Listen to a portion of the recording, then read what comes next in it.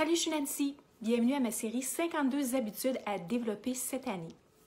Aujourd'hui, je veux te parler de l'habitude que, en fait, j'ai eue depuis que je suis très jeune.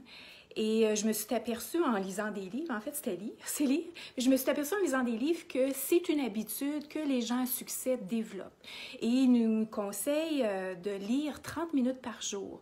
Pas juste de lire un livre d'histoire pour nous faire rêver puis nous faire relaxer, mais vraiment de lire sur le développement de soi, que ce soit un développement d'une habileté quelconque, soit personnelle ou professionnelle. Fait qu'aujourd'hui, j'ai pensé te partager les livres qui ont changé ma vie parce que vraiment, un livre de développement, ça change des vies. C'est ce qui est arrivé dans la mienne. Un des premiers livres que j'ai lu qui a vraiment changé ma vie, en fait, que c'est là que j'ai compris qu'on était programmé, c'est The Secret of a Millionaire Mind. Ça, c'était le livre vraiment qui a vraiment changé ma vie à 180 degrés. Si vous avez lu mon livre à moi, j'en parle dans mon livre, comment que c'est à ce moment-là que ça a fait un déclic dans ma tête et je me suis dit, je suis curieuse, je veux savoir comment l'être humain fonctionne, comment le cerveau fonctionne, parce qu'il y a des choses que moi, je veux changer, mais je veux aider aussi les gens à prendre conscience de ce qui se passe entre nos deux oreilles. Ça, c'était le premier livre qui a changé ma vie. La deuxième, je vous ai parlé de la brique de Jack Canfield, de Success Principle. Bien, ça, vraiment, c'est une brique que j'ai étudiée. Moi, là, je ne faisais pas juste lire les livres, je les étudiais.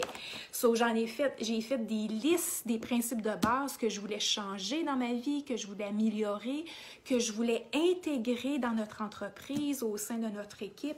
So, vraiment, là, ça, c'était une Bible que j'ai lue, lu et relu. Un autre livre aussi que j'ai adoré, puis vraiment aussi qui a changé ma vie, c'est Think and Grow Rich de Napoleon Hill. Puis il y a aussi, j'ai été chanceuse d'avoir l'édition que ça se vend plus aujourd'hui en librairie, en tout cas c'est ce qu'on m'a dit. C'est celui-là de The Law of Success. Donc, c'est toutes ces histoires. En fait, Napoleon Hill, c'était la personne qui avait été mandatée par son mentor pour vraiment aller poser des questions aux gens qui réussissaient pour savoir qu'est-ce qu'ils font eux autres de différent. Pourquoi ils réussissent eux autres plus que le monsieur tout le monde. Et puis vraiment, il y en a sorti des caractéristiques. Et en fait, je les étudie parce que moi aussi, je voulais avoir du succès dans ma vie. Ça fait que j'ai étudié qu'est-ce que ces gens-là faisaient, puis j'ai trouvé que ça faisait pas mal de sens. Ensuite, j'ai lu Les 5 grands rêves de vie. Ça aussi, c'était super bon. J'ai highlighté aussi pas mal de choses à l'intérieur. Et c'est à ce moment-là que j'ai vraiment écrit mes 5 grands rêves que j'ai toujours gardés en mémoire et que je vis encore continuellement. Ensuite de ça, j'ai lu énormément de livres sur la loi de l'attraction. En fait, c'est celui-ci qui a vraiment... où est-ce que j'ai compris comment vraiment la loi d'attraction fonctionnait. On a tendance, les croyances vont dire que bah, tu sais, elle ne fonctionne pas pour moi ou elle fonctionne juste de temps en temps. Absolument pas. Vraiment, la loi d'attraction, c'est comme la loi de la gravité, elle fonctionne tout le temps. C'est juste parce que c'est pas parce qu'on ne sait pas comment qu'elle fonctionne ou parce qu'on n'y croit pas qu'elle ne fonctionne pas. Alors ça, ce livre-là, là, il est vraiment magique. Magique dans le fond, où est-ce que ça m'a vraiment... Ça arrive hein, à l'occasion où est-ce qu'on va lire un livre, puis bon, il nous dit rien. Puis d'un coup, on va le relire ou on va lire un autre qui va parler exactement la même chose ou sensiblement du même sujet. Puis de la façon dont c'est écrit, là, ça vient nous parler. Bien, c'est ça. C'est ce qui est arrivé avec ce livre-là. Go Giver, ça aussi, c'est très bon au niveau professionnel. Ça m'a vraiment fait prendre conscience. C'est écrit sous forme, c'est sur la vente, dans le fond, mais c'est écrit sous forme d'histoire.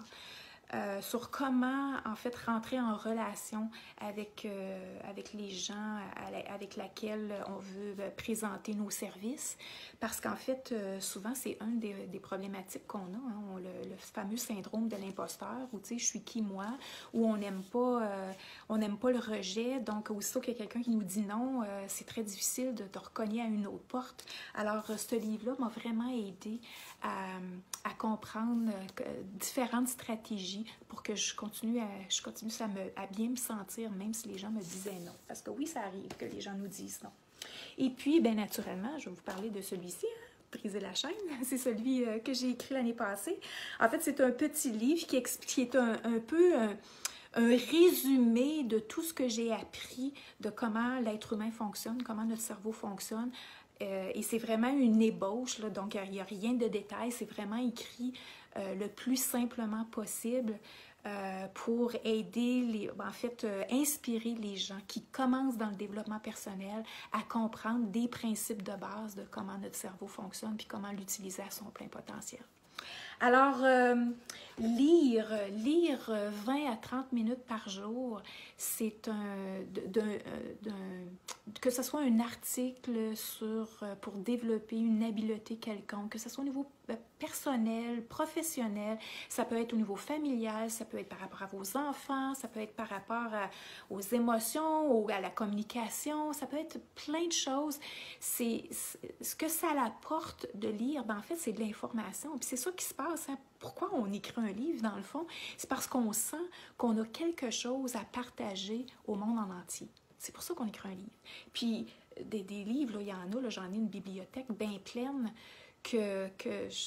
qu'encore à l'occasion, je vais relire parce que je me souviens qu'il y avait quelque chose là-dedans que j'avais retenu, mais c'est pas tout à fait clair ou je m'en souviens plus exactement comme je voudrais m'en souvenir, puis, mais je sais que le message il était bon, c'était un bon message. Puis encore aujourd'hui, quand je compte des histoires ou je compte des habitudes ou des stratégies, je présente des stratégies à mes clients, majoritairement, je relate un livre parce que c'est le livre qui m'a aidé, qui m'a partagé un message quelconque que j'ai retenu. Donc moi, je vous encourage à développer cette habitude. Oui, je comprends très bien que ça se peut que vous soyez une personne qui n'aime pas lire, puis que vous avez eu des mauvaises expériences quand vous étiez à l'école parce qu'ils vous ont fait lire un livre qui était plate à mourir. Moi aussi! Je ne sais pas pourquoi ils ne font pas faire lire des livres de développement personnel aux gens, aux enfants. Il me semble que ça serait tellement utile, en tout cas, peut-être un jour. Mais ça, c'est le passé, puis c'est l'expérience du passé. Donc, je veux dire, lire, c'est lorsque vous prenez une page ou que vous prenez un chapitre, puis que ça vous tient à lire, ça vous garde motivé à vouloir lire le prochain chapitre, le prochain paragraphe, le prochain chapitre ou la prochaine page, ben c'est ce style de livre-là que vous voulez continuer à lire. Puis prendre l'habitude. Oui, au début, c'est un effort, vous vous forcez. Prenez un certain temps que vous associez à quelque chose, même si c'est le livre comme un secret au quotidien où ce que vous lisez une page, tout simplement, juste une page, pendant que vous êtes en train de vous brosser les dents. C'est correct. Ben, à un moment donné, vous allez voir que cette page-là, elle vous fait du bien. Puis vous allez être motivé à lire une deuxième page, puis une troisième, puis une quatrième. Donc, encore une fois, si c'est une habitude chez vous, bien, commentez, dites, partagez les livres qui ont changé votre vie, parce que c'est ça qui est important de savoir. Et puis, si ce n'est pas votre habitude, bien, peut-être commentez si vous avez commencé à lire une page, 2 pages, 3 pages, ou un 10 minutes, ou un 15 minutes. Ça n'a pas d'importance, même si ce n'est pas 30 minutes, c'est pas grave.